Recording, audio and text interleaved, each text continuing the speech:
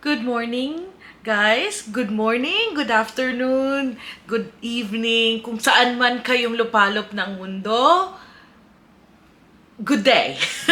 Anyway, so, pag-uusapan natin ngayon ay yung papalapit na 462 visa na pwedeng makapagtrabaho yung mga Pilipino dito sa Australia o yung mga taga-Australia na pupunta sa Pilipinas para magtrabaho. Pero magfo-focus lang ako sa yung mga Pilipino na pwedeng makapagtrabaho dito sa Australia.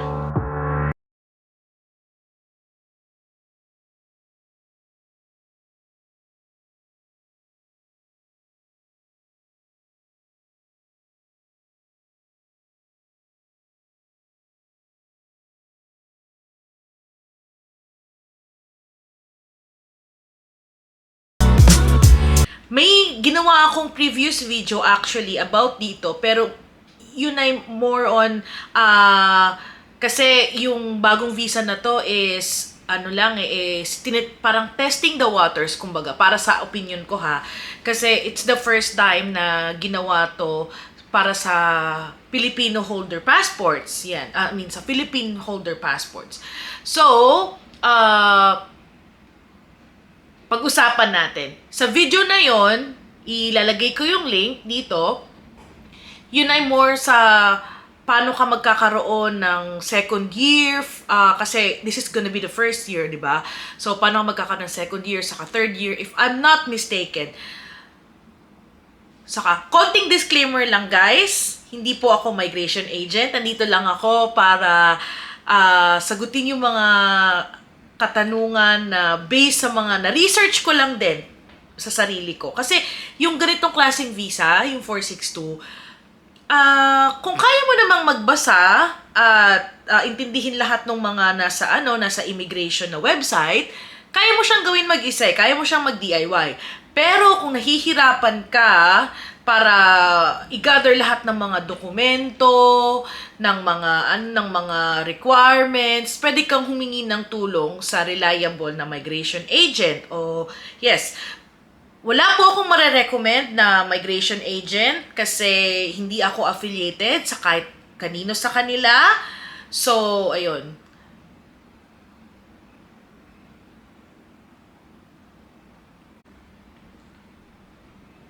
Oo nga pala. So, itong working holiday visa na ito is open para sa mga Pilipino na edad 18 hanggang 30 years old. So ngayon guys, ito na yung website kung saan nyo pwedeng makita yung pag-a-apply para sa working holiday visa dito sa Australia. So make sure na ito yung tamang website na pupuntahan nyo ha. Punta kayo sa home, hanapin nyo yung visas, and then yan, getting the visa and explore visa options. Mag-scroll down kayo sa screen, mag-search kayo, search nyo yung 462. Yan, so lalabas na yung 462 dyan. Ngayon, basahin mabuti kung alin yung para sa inyo, para sa sakto sa a-applyan yung visa. At dahil binabasa to natin ngayon, kung makikita ninyo, ayan, magkakaroon actually ng maintenance sa website ng IMI ng Australia sa mga oras na to. So, para makapag-apply kayo sa visa na to, i-make sure nyo yung time zone na kukunin nyo para mag-apply ng visa na to is pareha sa time zone na ginagamit dito sa immigration website. Kung makikita nyo, ayan, nakalagay pa din naman, ang gamit na time zone dito is AEST. AEST. So, ang AEST is Australian Eastern Standard Time. So, maglagay kayo ng clock sa cellphone nyo, sa world clock ng cellphone nyo para makakuha kayo ng tamang oras para sa pag-open ng website na to. Tapos, habang ginagawa nyo yan, pwede na kayong magawa ng immigration account. So, based sa data ng psa.gov.ph, ang populasyon ng mga Pilipino edad 18 hanggang 30 years old ay tumataginting na 9 million. Yun. So, sabihin natin mga 20 million. 20 million na katao na Pilipino ang maaaring pasok sa working holiday visa na ito, no? So, sa 20 million na yon, no, na mga tao, sabihin natin, aabot tong video na to na sa kanila at malaman nila, ay, gusto kong mag-Australia, ganyan. Sabihin natin, 10% na lang nun ang mag-apply para sa visa na to. So, ano ba ang 10% ng 2 million? 20 million pala.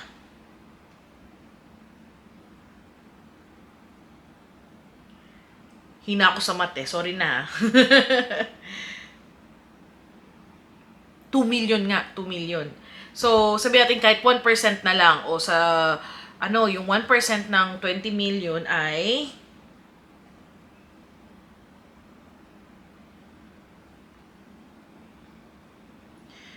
200,000. Yan. Yung 200,000 na yan, unfortunately, 200 lang ang mag-grant ng visa na to. Base nga sa sinabi ko kanina, I think, pauna, testing the waters, kumbaga, kung talagang magiging epektibo yung ganitong pamamaraan ng, kasi may agreement, ganun. So, ngayon, babasahin na natin ang mga nag-comment nung nakaraan sa video na connected sa video na to.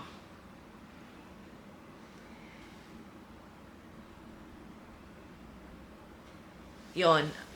Tanong ni Rene Lasona, "Hi, just watch your vlog. Ask ko lang if required ba na mag-take ng IELTS or kumuha ng Certificate of English from your university and provide your college diploma as well."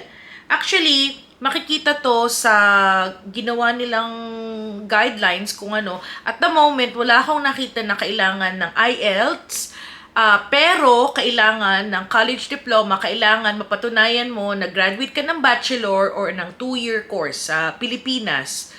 Yun. Next question. Si JJJ Magic Trio. Tanong niya ay, "Ma'am, applicable po ba itong working holiday visa pag nasa Japan, pagtapos ng contract, mag-cross country na?" Actually, ang idea ko po dito ay base sa pagiging Philippine passport holder. As long as Philippine passport holder ka, at wala ka sa Australia at nasa offshore ka, which is ngayon kung nasa Japan ka man, pwedeng-pwede kang mag-apply para sa visa na to. Next po is si Glenda Obra 5651. "Hi po, ask ko lang, kung complete ang requirements at meron 5,000 AUD sa bank, posible ba na hindi siya ma-approve? Or 100% pa na ma-approve yung nag-a-apply ng working holiday visa?" Sana po masagot. Para sa akin I think malaking factor na meron kang kumpleto yung requirements mo, tapos yun kasi ang pinakakalaban dyan is sa sinabi ko nga kanina, 20 million ng katao na ages 18 to 30 years old. Tapos sa sabihin natin 1% na lang mag-apply para sa visa na to. So 1% na yun, 200 lang din naman ang kukunin nila. So depende pa rin talaga yan kung makakapasok ka mismo sa website sa panahon na mag-a-apply ka. At actually malaking factor na mayroon kang bank statement na worth 500,000 at kompleto ka ng mga documents. Next question naman is si Rebecca B. 2341. May kakilala po ba kayo na from working holiday to another long-term na visa? Ma'am Rebecca, first time po kasi ng Philippines na magiging part ng working holiday visa scheme ng Australia. So, wala po akong kakilala na from working holiday visa na naging long-term visa. Idea ko lang po pagdating dyan is pagka meron kang skill set, pwede kang magpa-assess ng qualification mo para magkaroon ka ng long-term visa dito sa Australia. Pero ibang naman po yun, ibang classification ng visa naman po yun.